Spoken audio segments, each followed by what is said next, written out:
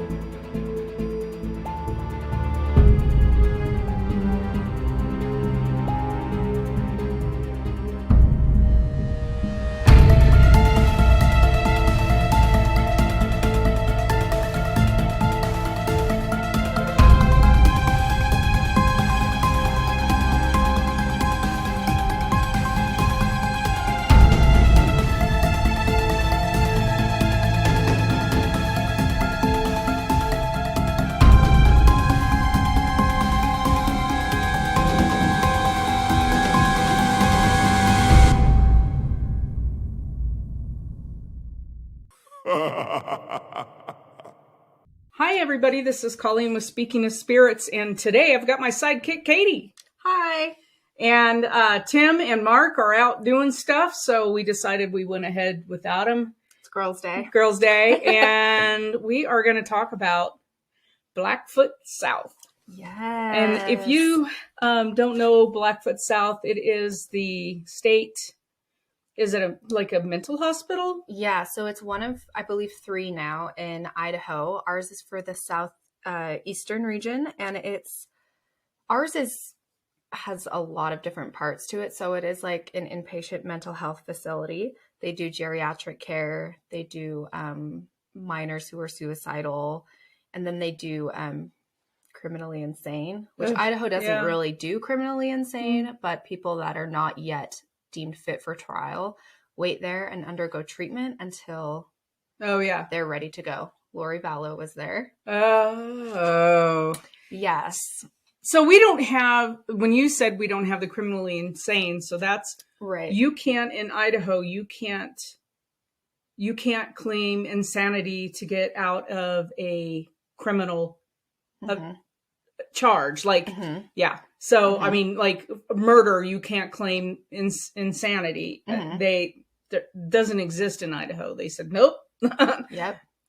So that's what you're talking about. Yeah. So they have to go to a mental hospital? Yep. They deem you incompetent to undergo trial, and you will undergo treatment. And some people, you might undergo treatment for the rest of your life and never go to trial, but you'll never be out free.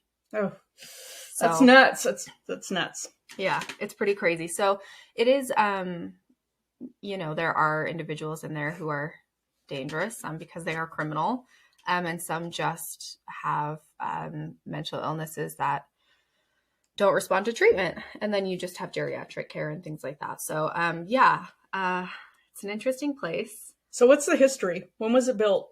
So, we did a little bit of history, by the way, on our Idaho haunts, because this is my favorite Idaho haunt in Idaho.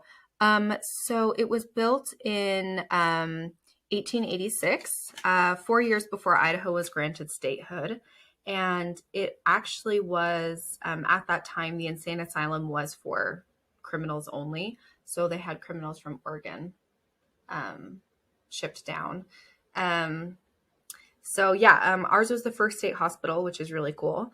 The sad thing is that other than criminally insane, families could just drop family members off at the hospital and roll out. So you had people that sometimes you had women that their families didn't want to care for them. They weren't married. They were not ladylike. You know what I mean? They had their own opinions. So they got shipped off to the hospital, which is pretty sad. That is sad. Yeah. So anyway, it was the first one. And the first building actually burnt down in a fire in 1889. And it was just the one building at that time. And there were 47 males and 20 female patients at the time. Early accounts said 7 patients, so 5 men and 2 women, were missing afterwards, with 2 bodies found in the ruins. But later they said that nobody was killed in the fire. But there's never record either way. How many? 7 total that were disappeared in the fire. So who knows if they escaped. They said 2 bodies were found in the ruins, which is unfortunate too, though, because that could have been anyone. It could have been a worker. It could have been, an inmate, as they were called at the time. But also, the conditions were so bad, it could have been a body, somebody that had already died. Half the times they just left them. That's terrible. Yeah. So the treatment was not great at the time. Even now, there's an account of a psychiatric nursing student a couple years back that did their clinics over there. And it's just, it's hard. The conditions aren't great because the patients are dangerous to themselves and others. Mm-hmm. So it's essentially looks like a jail inside, if you've ever been in there. But anyway, I wanted to share a really cool story about a woman named Maggie Hardy, or Margaret Hardy. And I love her. She's crazy, but I love her. So her first Latah County, which I don't even know where that is is that up by, I don't know. Let me look. Boise? Who? What is it called? Latah County. Where is it? Oh, yeah, right there. Yeah. Latah. I am not. I will find out for us and our guests. Yes. I'm not originally from Idaho, so I don't know all the counties. Neither am I, so it's really hard for me to. Oh. It's like. Is that by Boise then? It took us over there. Located in the north central region of Idaho. So Moscow. Oh, the county seat is Moscow. Okay, and not Russia. Moscow, Idaho. For those of you who are not from Idaho, frozen just like Russia, though. Yeah.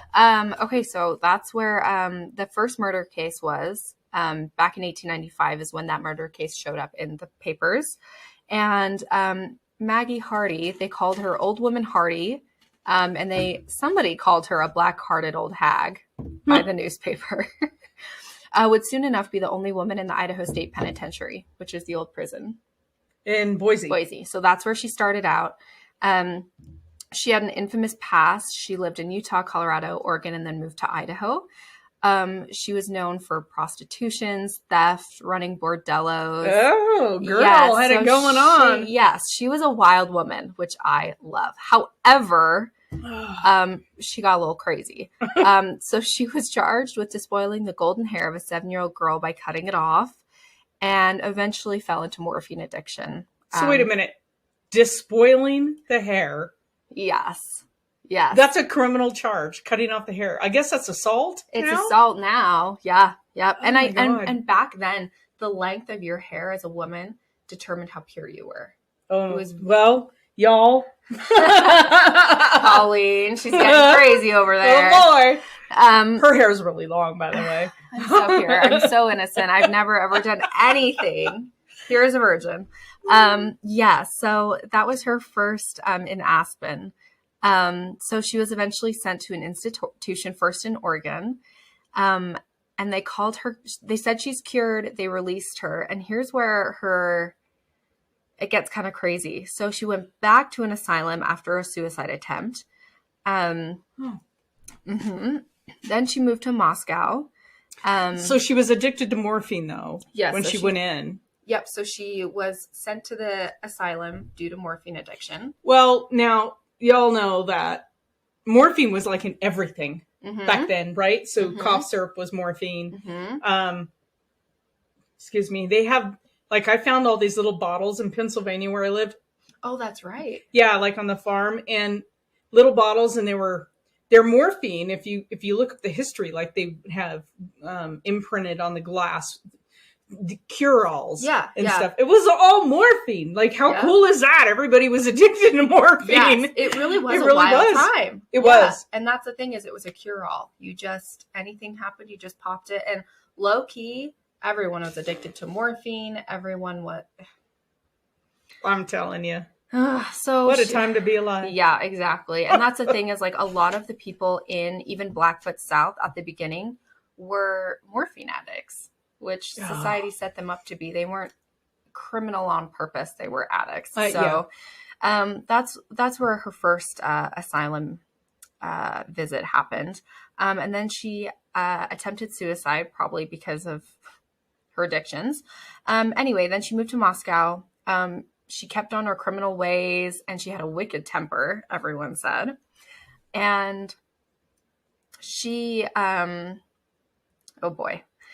So then they moved to Lewiston. They rented out their house. There was a prostitute who was also a colored woman, which was kind of scandalous at the time, and her toddler named Henrietta.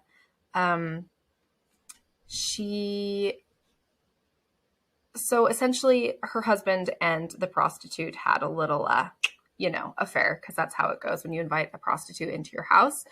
And Maggie was pissed. And so she plotted her revenge. She pretended to reconcile with her husband. She talked Harvey into helping her adopt the 2-year-old of the prostitute, Henrietta. And her mom didn't consent at first, but they essentially blackmailed her and said, if you don't let us adopt the child, you won't be able to stay here. And as a colored prostitute in Idaho, where is she going to stay? That's craziness. Yeah, so it gets worse. So they adopt this child. And within days, Maggie let everyone know, because she's drunk and has a temper and can't keep a secret, that she planned to poison Henrietta, then kill the mom, the prostitute, and her husband, and then kill herself. Nobody intervened. I don't know if they just thought it was her temper and she was just talking shit, because that's what she did.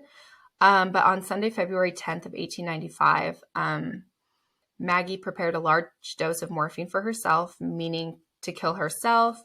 And then she put it on the counter along with a glass of carbolic acid. That wasn't uncommon for people to commit suicide that way.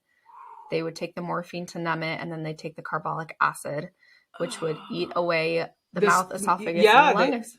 Oh God! I mean, so that's kind of like what spies do, right? Is they take what do they take? It's no, it's like the pills that they all have on them. Mm-hmm. So if they get caught, it's like a quick. It's but it's pain. I wonder, is that what it is? I don't know, but it's acid? Like death is really quick within just a couple of minutes, but it just I wonder if that's what it is. Can't imagine.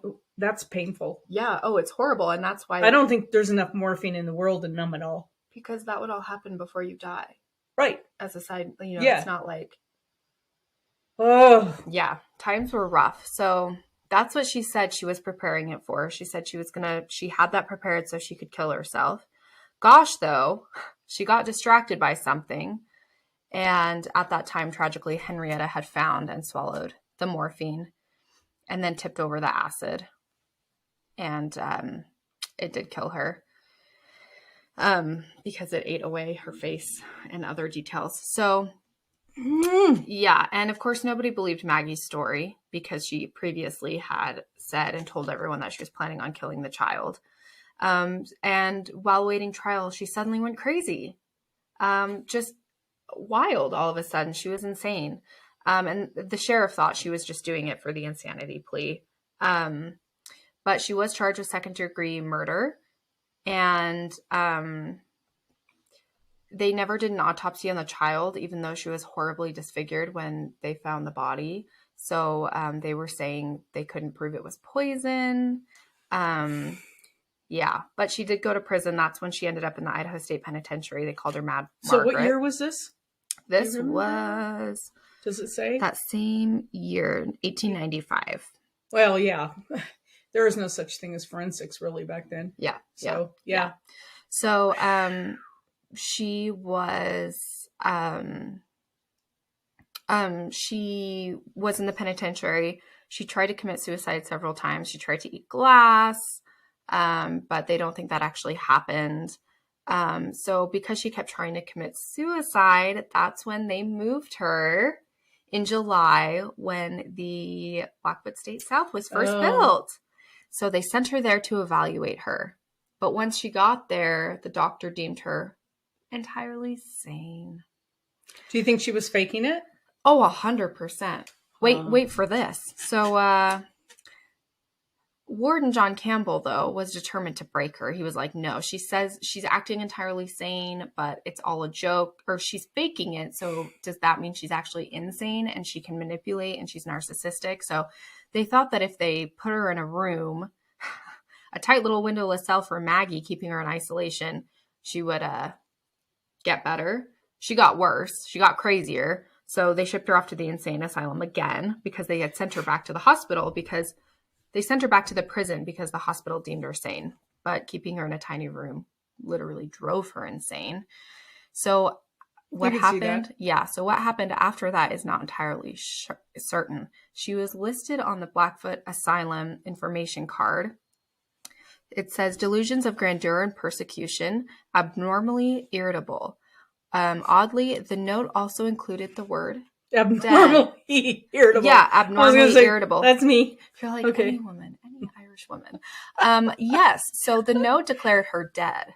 So everyone thought she was dead. But in 1906, so this was 10 years later, an issue of the Pendleton Eastern Oregonian paper reported that her incinerated remains were discovered in the rubble of a burned residence where she had been working as a housekeeper.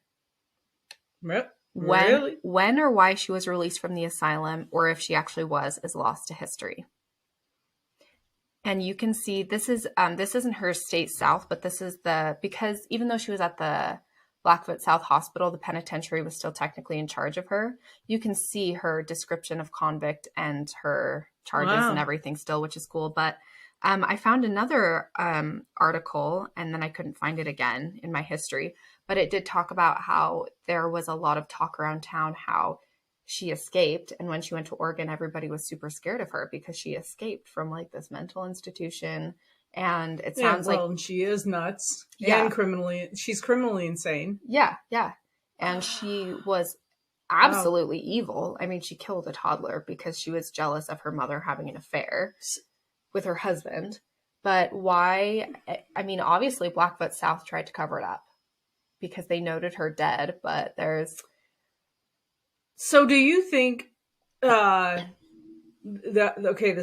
there was a fire there? Yes. At the penitent or the state mental hospital. Yes, the first year there was a fire. At that time, I think it was just 1 or 2 buildings. Yep, that completely destroyed it. So how many buildings are there? So now there's, I believe, 7, and I think they're building a new one. So I actually have a map of it if I can find it. So you have people who were incinerated in the fire, obviously, because they did find at least 2 bodies. Yes, which again, were those bodies already dead?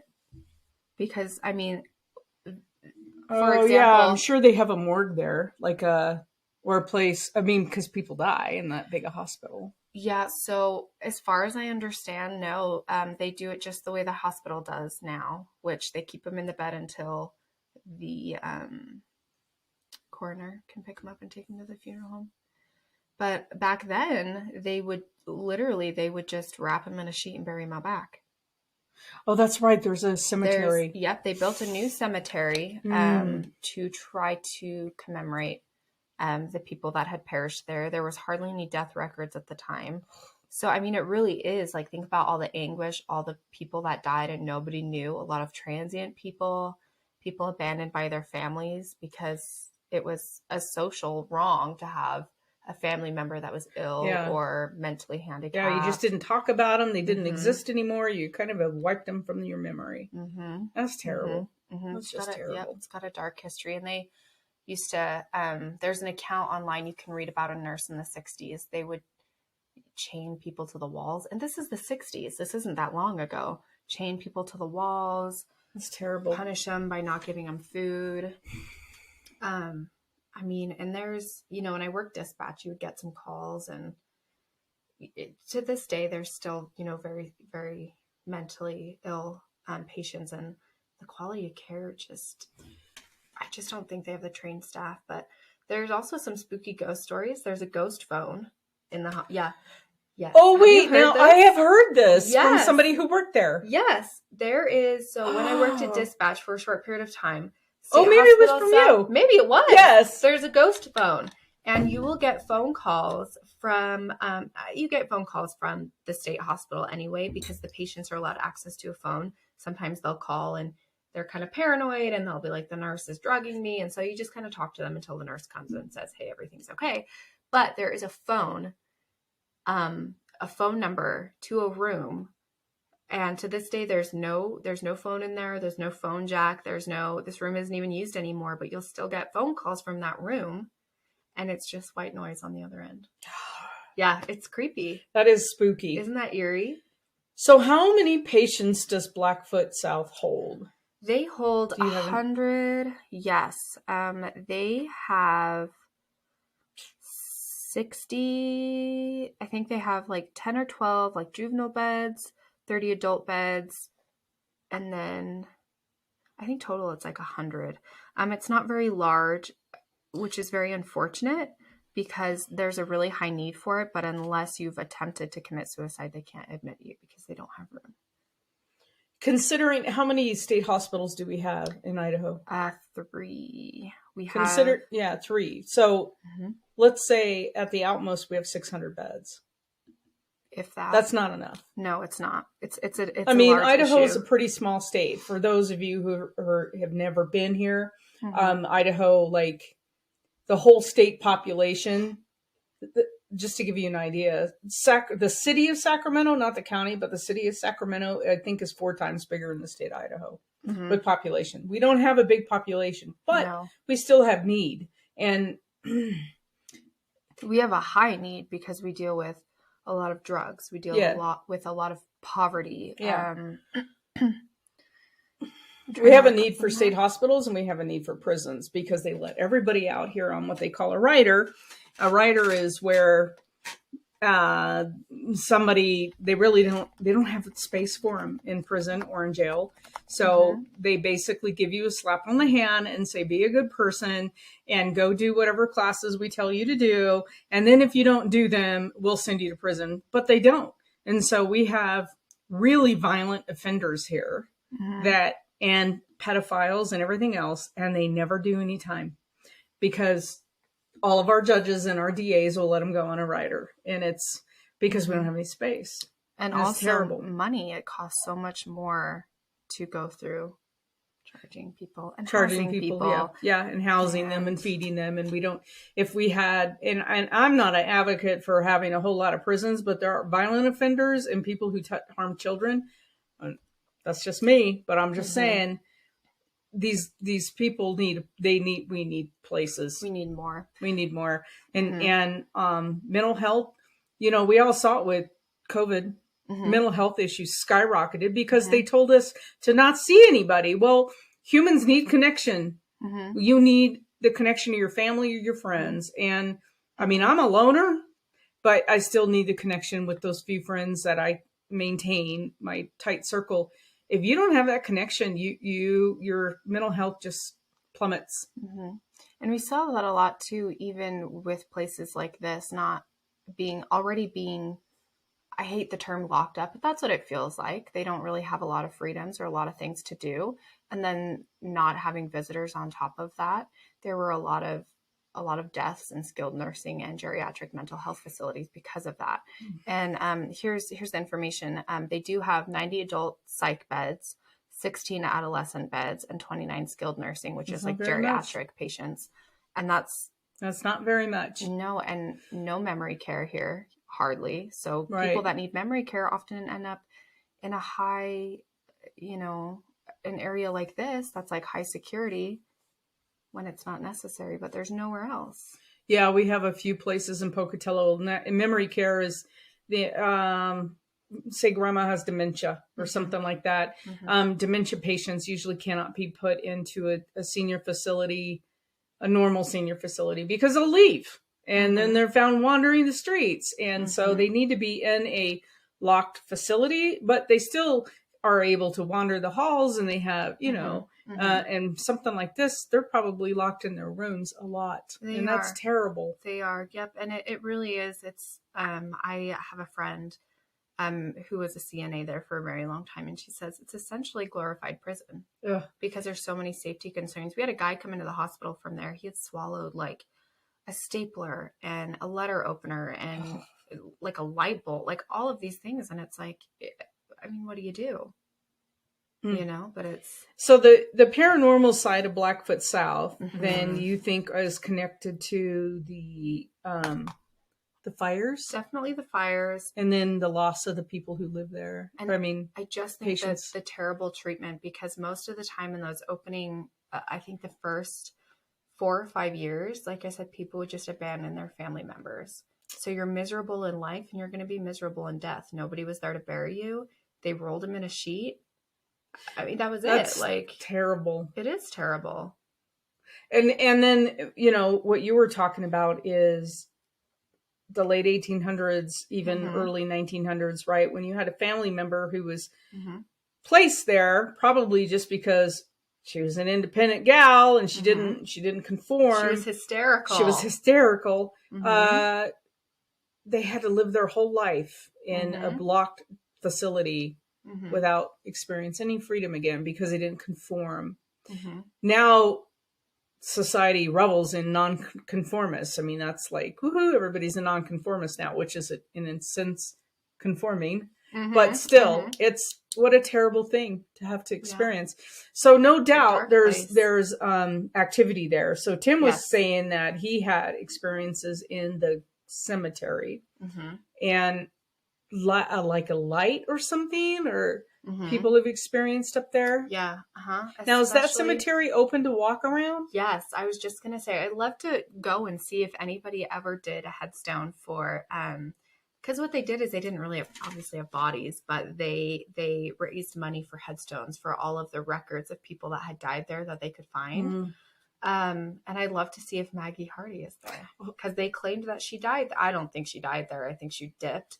And I think she did die in a house fire in Oregon, or maybe ran away and who knows where she went. But I kind of wonder if somebody ever did anything for her there. Wow. Even though she's kind of an evil person. She went a little crazy. Yeah. I mean, you don't, she's pretty evil. But it'd be interesting to see. Yeah, we should go. I'm not a big fan of going to cemeteries because I don't think a lot of people will hang around in a cemetery, but a place like that where they're lost. Yeah. So many people, the souls are lost already and they don't have a connection with their family. And those instances only place that they can hang around. Right. Where else are you going to go? So I've run into a few nurses that have worked at Blackfoot South, and they've had experiences and they've told me stories, and Ghost phone. Wow. Yeah. That's crazy. Yeah. Well, thanks for sharing the story, Katie. That's nuts. Pretty interesting, huh? Have you worked at Blackfoot South? Do you know anybody who's been there and they've had experiences? We would like to know. Yeah. Hit us up on Pocatello Paranormal Facebook, on our Pocatello Paranormal Research on Facebook, and let us know all your stories. Gosh. We'd love to share them and hear them. Or do you want to be on our podcast and let us know? We'll do that too. Yep. Listener tales. Yes, listener tales, definitely. Well, thanks. Do you have anything else? Do you think that was it? State hospital, we could go on. I think this might need to be a running series because there really is so much. Well, we can do more. There's so much. So we can do more, definitely. Yeah, if you want to hear more about State Hospital, tune in. Let us know. All right, everybody. This is Colleen with Speaking of Spirits, and we'll catch you next time. You've been listening to Speaking of Spirits, powered by Pocatello Paranormal Research in Pocatello, Idaho. Thank you for joining us today. We're glad you could be here. If you're enjoying the podcast, please do us a favor and go to whatever platform you are listening to the podcast on and give us a review. We prefer the 5-star reviews. This helps us know how we're doing, and it helps others to find the podcast. Thank you for joining us, and we hope to see you on our next podcast.